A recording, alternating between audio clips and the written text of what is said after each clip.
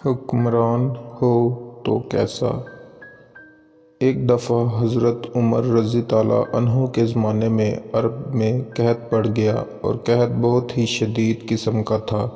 ہر کوئی بھوک سے مر رہا تھا، انسان ہو یا حیوان، ہر کوئی پریشان تھا۔ خود حضرت رضی اللہ عنہ بھی بہت پریشان تھے۔ اب رضی اللہ عنہ نے قسم کھائی کہ جب تک گھی گوشت وغیرہ بازار میں عام نہ جائے اور ہر آدمی اس کو کھا نہ لے تب تک میں یہ چیزیں نہ کھاؤں گا۔ سبحان اللہ! کچھ عرصہ بعد کچھ تاجر دور دراز کے علاقے سے تھوڑا بہت گھی اور گوشت بازار میں لے آئے۔ آپ رضی اللہ عنہ کا غلام اس وقت بازار میں ہی موجود تھا، چنانچہ اس نے کچھ گوشت خرید لیا۔ جب وہ گوشت لے کر آپ رضی اللہ عنہ کی خدمت میں حاضر ہوا تو آپ رضی اللہ عنہ کے کہنے پر پوچھا، کہاں سے لائے ہو؟ غلام نے جواب دیا کہ بازار میں کچھ تاجر بیچ رہے تھے، چنانچہ میں لے آیا۔ حضرت عمر رضی اللہ عنہ نے جواب دیا کہ میں ہرگز یہ نہیں کھاؤں گا۔ غلام نے عرض کیا کہ حضرت آپ کی قسم پوری ہو گئی، اب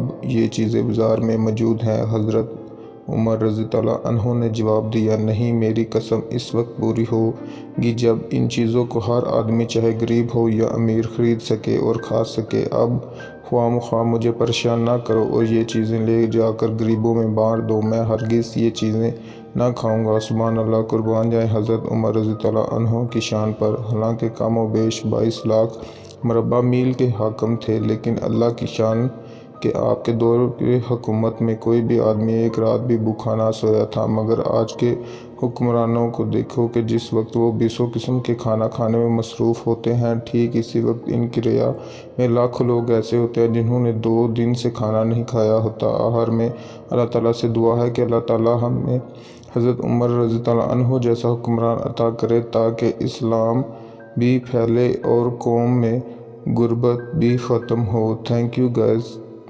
تب تک کے لیے ملتے ہیں نیکسٹ ویڈیو میں۔ اللہ حافظ!